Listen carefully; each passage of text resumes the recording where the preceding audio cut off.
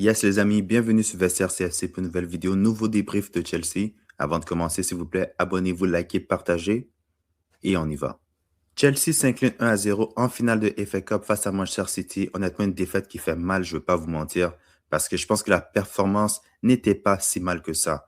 Mais on est du mauvais côté du résultat, encore une fois aujourd'hui, du côté de Wembley. On peut blâmer les arbitres, on peut blâmer même certains joueurs par rapport à la performance, mais je trouve quand même que la logique a été respectée. Je pense que City, il méritait de gagner ce match-là. Antoine Semenyo a été l'unique buteur aujourd'hui du côté de la finale de la FA Cup. Perso, les gars, je suis dégoûté, je ne vais pas vous mentir. Mais quand même, félicitations à City pour leur triomphe parce qu'eux, ils avaient perdu également 2 finales de suite à Wembley en FA Cup. Donc, côté statistique, je pense que ça a quand même été assez équilibré dans la possession, même si City, ils ont eu 56%, Chelsea 44%. Le XG du côté de City était de 0,93, celui de Chelsea 0,82. Par moment, Chelsea avait l'air dangereux en zone offensive avec le ballon, mais c'est le manque de qualité qui nous a tués. Parce que de l'autre côté, City également, ils étaient dangereux par séquence. Ils étaient dangereux dans certains moments du match. Mais à un moment donné, ils ont juste eu un moment de qualité et Semenyo a marqué un très beau but, honnêtement. Donc, c'est ça qui nous a manqué du côté de Chelsea. J'ai l'impression que même si le match durait encore pour 20 minutes, je ne pense pas qu'on aurait marqué aujourd'hui. On a joué avec une défense à 3 aujourd'hui. Donc, Atto, Colwill et Fofana étaient dans la défense à 3. Je trouve qu'on était un petit peu plus solide avec une défense à 3. Donc, je pense que Colwill a vraiment stabilisé beaucoup de trucs en défense. D'après moi, ce n'était pas le problème aujourd'hui, la défense. Je trouve que on a quand même bien défendu. Je trouve que City, ils n'étaient pas si dangereux que ça par certains moments. Je trouve que Ryan Cherki, il est rentré en deuxième mi-temps, ce n'était pas son meilleur match. Marmouche a été sorti en fin de première mi-temps. Haaland, il mettait un petit peu de pression, mais tant qu'il n'y avait pas d'occasion directe, je ne me sentais pas vraiment inquiété par Haaland. Je m'inquiétais vraiment par rapport à notre défense. Je me dis, il ne faut pas qu'on fasse une erreur stupide. Il ne faut pas qu'on leur redonne le ballon. Mais aujourd'hui, je pense de ce côté-là, on s'est géré. Mais malgré ça, on a encaissé un but. Je trouve que ça nous a fait vraiment mal au moment d'encaisser ce but-là parce que je ne vais pas vous mentir, dès qu'on a encaissé, tout espoir est parti. Tout espoir est parti. La seule façon qu'on pouvait gagner ce match-là aujourd'hui, d'après moi, c'était vraiment de marquer le premier but. C'était la seule façon, d'après moi, qu'on pouvait gagner ce match-là. Mais malheureusement, qu'on a encaissé le premier but, je trouve que tout l'espoir était parti. Rich James, Caicedo était le double pivot, donc honnêtement, j'aime pas voir Rich James au milieu de terrain. Ça, il faut qu'on trouve une solution. Je pense que c'est quelque chose qu'il faut qu'on abandonne. Sur le côté gauche, c'était vraiment Cucurella qui était un petit peu plus haut sur le terrain, sur le côté gauche, qui était comme un ailier, on va dire, un ailier gauche. Cucurella, sa performance aujourd'hui, c'était pas sa meilleure performance non plus. J'ai vraiment pas aimé sa performance. Je trouve que euh, aujourd'hui, il faisait moins de courses derrière la défense et je trouve qu'il souffrait beaucoup quand même face à Semenyo, qui était même pas dans son meilleur jour aujourd'hui. Sur le côté droit, Gusto. Gusto, on va en reparler parce que aujourd'hui, sa performance, là, c'est pas acceptable. Encore une fois, c'est vraiment pas acceptable. Cole Palmer, vraiment pas d'impact dans le jeu aujourd'hui. Dans une finale, quand on est dans une équipe, je m'attendais à plus de Cole Palmer aujourd'hui. C'est vraiment décevant comme performance aujourd'hui. Enzo Fernandez, je trouve que c'était pas sa meilleure performance non plus. Et Joao Pedro, il était juste tout seul devant.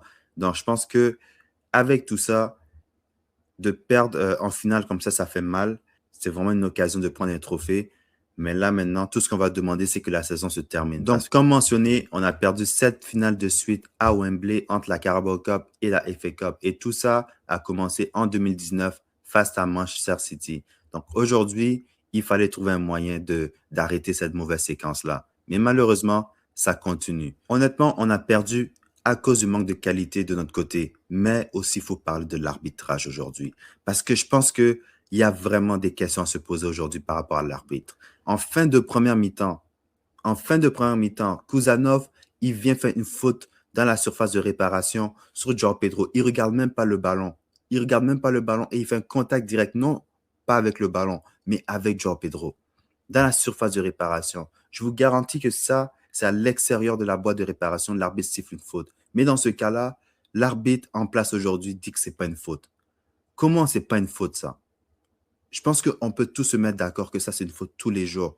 Sur les autres séquences ici, Celui se jouera à tôt, c'est très discutable. C'est très discutable. Mais sur cette séquence ici, c'est un penalty tous les jours. C'est un penalty tous les jours. Et ça, cette décision-là a changé le match. Parce que à ce moment-là, si Chelsea a le penalty et on marque le premier but, le match est complètement différent.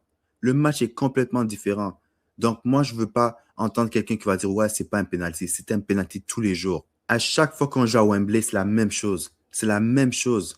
On se fait toujours voler. Si ce n'était pas Lukaku contre Liverpool il y a quelques années en finale de FA Cup, aujourd'hui, c'est cette séquence-là. Je vous garantis que dans les prochains jours, ils vont sortir dire que oui, finalement, c'était un penalty. Thomas Tuchel était présent à Wembley aujourd'hui pour la finale de la FA Cup. Je sais qu'il n'y a pas beaucoup de positifs aujourd'hui, mais un des positifs, c'est Liverpool Colwill. Il n'a pas l'air d'un gars qui a raté la saison au complet pour une blessure au genou, une grave blessure. Et là, maintenant, après ce type de performance-là, je pense que Thomas Tuchel peut vraiment penser à ramener Colwill du côté des États-Unis pour la Coupe du Monde. Mais par rapport à mon ami Cole Palmer, c'était pas assez. C'était pas assez. J'ai l'impression qu'il se cachait aujourd'hui. J'ai l'impression qu'il se cachait aujourd'hui pour un gars qui est censé faire la différence dans un club comme Chelsea, surtout en finale contre son ancien club. Je m'attendais à plus. João Pedro était tout seul aujourd'hui. Quand tu es Thomas Tuchel, tu regardes Palmer performer aujourd'hui dans un match aussi important. Est-ce que tu penses que l'amener à la Coupe du Monde avec l'Angleterre, c'est la bonne idée? Je vous laisse répondre parce que moi, j'ai déjà répondu à la question. C'est un joueur qui est très frustrant à regarder depuis quelques semaines. C'est Malo Gusto. Malo Gusto, je vous dis, il a toutes les qualités pour être un meilleur défenseur. Honnêtement, dans les dernières semaines, il y a eu beaucoup de choses décevantes, beaucoup de joueurs décevants. Mais un des joueurs qui était les plus décevants dans les dernières semaines, c'est Malo Gusto. Encore une fois, aujourd'hui, je ne sais pas c'est quoi qu'il apporte. Je ne sais pas c'est quoi que Malo Gusto il pense qu'il fait dans cette équipe-là, honnêtement. Parce que à chaque fois qu'il avait l'occasion de centrer le ballon, je ne me rappelle pas où il a réussi un centre. Il a eu 4 occasions de centrer le ballon. Aucune des fois, ces centres n'ont fait quoi que ce soit. Toujours des centres qui ne trouvent personne. Et ça, ce sont des moments importants. Ce sont des moments importants dans le match. Et si à chaque fois, Gusto est en position de faire un bon centre, il rate tout le temps ses centres, tu gâches toutes tes contre-attaques. Et dans un match de finale comme ça, on ne peut pas se permettre de gâcher autant d'occasions. On ne peut pas se permettre de gâcher des occasions lorsqu'il est en position de centrer. Tu es un joueur professionnel. Au moins sur 4 occasions, tu dois être capable de trouver un de tes joueurs une fois sur 4. Malo Gusto est très frustrant à regarder. Je suis désolé. Je suis vraiment désolé. Je ne pensais pas que j'allais trouver quelqu'un de plus frustrant que Fofana. Mais honnêtement, Fofana, même aujourd'hui, c'était pas fameux. Mais Gusto, aujourd'hui, c'était pire. C'était pire. Et honnêtement, l'été prochain, c'est un joueur qu'on doit penser à vendre, d'après moi. Ce qui est certain, c'est qu'il faut un énorme ménage dans ce vestiaire-là. Parce qu'après une saison comme ça, actuellement 9e de Première Ligue, éliminé en 8e de finale en Ligue des Champions face au PSG avec un cumul de 8-2. Déjà là, ça, tu pouvais voir qu'il y avait quelque chose qui ne se passait pas bien.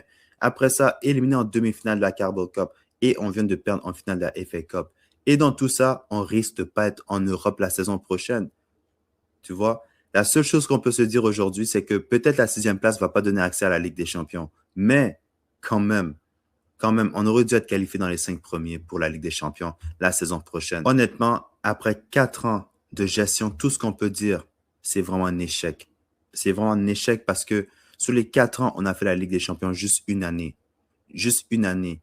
La seule fois où on s'est qualifié en Ligue des Champions, où on a remporté des trophées comme la Coupe du Monde des clubs, la Conference League, on avait une occasion de passer un cap, mais au contraire, on allait de l'autre côté. Et ça, c'est vraiment une des pires versions de Chelsea que j'ai vues depuis des années. Et ça, Eghbali, il doit prendre responsabilité. Avant le match, il y avait des manifestations contre Bluco et la gestion du club. Et honnêtement, je pense que cette défaite-là, ça ne va pas aider les choses. Nouvelle, donc comme prévu, on dit que Xabi Alonso à Chelsea c'est fait. Donc le tacticien espagnol sera le futur entraîneur des Blues.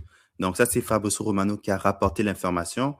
Et on dit qu'il va signer un contrat de 4 ans, donc valide jusqu'en 2030 et ça devrait être annoncé dans les prochains jours.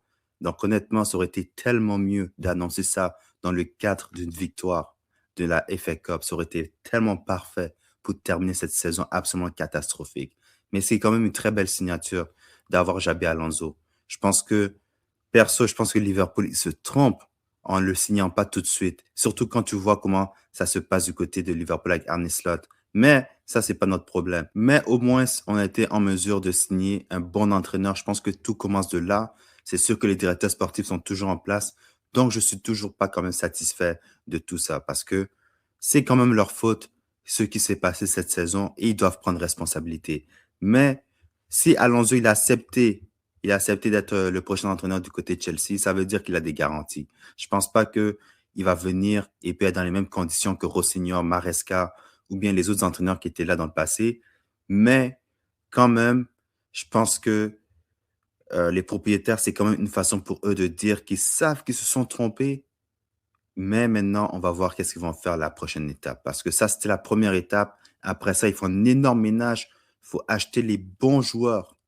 Parce qu'on a vu la mentalité de certains joueurs aujourd'hui en finale de FA Cup. Donc, clairement, ça, c'est juste le début. Mais c'est quand même un bon début. Dites-moi qu'est-ce que vous en pensez. Donc, ceci conclut la vidéo aujourd'hui. Donc, dites-moi dans les commentaires comment vous sentez face à cette nouvelle défaite en finale à Wembley, une 7e de suite. Et également, ça a été confirmé que Xabi Alonso va être le prochain entraîneur du côté de Stamford Bridge. Est-ce que vous êtes excité? Est-ce que vous pensez qu'avec cette embauche, ça va permettre à Chelsea de revenir au top dans les prochaines années? Abonnez-vous, likez, partagez et on se retrouve dans une prochaine vidéo. Peace.